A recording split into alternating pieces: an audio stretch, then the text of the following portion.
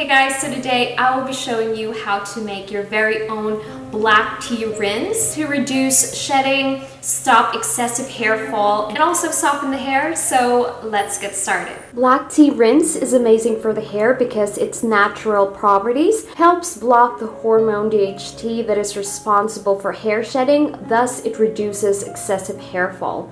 Black tea will also help nourish and strengthen your delicate strands. It is also great for softening the hair and will give your hair a nice shiny texture as well.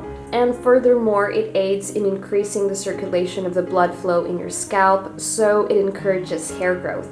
Now, I actually like using black tea because first of all, this is what I use to make homemade milk tea, and I just love the scent of this. Plus, I find that this is not actually drying to use on your hair compared to using green tea. Now, for me, I prefer using 2 to 3 bags of tea for this, but it totally depends on you guys. And also, just to let you know, if your hair is lighter, this can somewhat darken your hair, not completely dye it, but it can leave a stain on your hair if you leave it for a long time. Now, in here, I suggest letting the black tea marinate for an hour until it completely cools before using it. I decided to add on some rosemary leaves because I want this to not only reduce shedding but also help grow my hair, since rosemary promotes hair growth and it smells really good together with the black tea. It gives this nice herbally aroma to the rinse, so it makes your hair smell good as well. So in there, I will take some rosemary leaves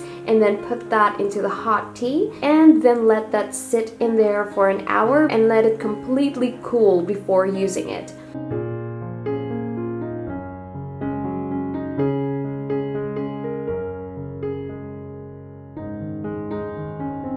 Now I will transfer that into a spray bottle for easy application and spray that all over my freshly washed clean hair. Make sure that when you use it, the rinse actually hits your scalp and not just on the top part of your hair, especially if your aim is for hair growth or to reduce shedding.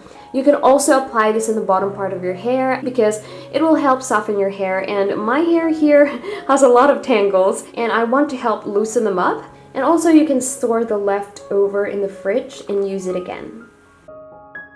So after I'm done applying that on my hair, I will leave that on my head for 30 minutes and then just wash it off with water. And this is the result.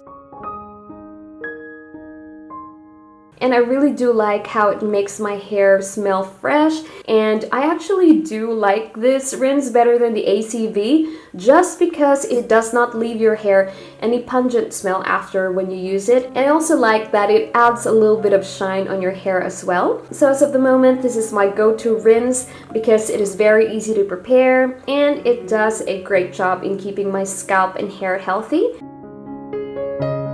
Alright, so that is it, you guys. I hope you all liked this video, and if you did, please give this video a thumbs up.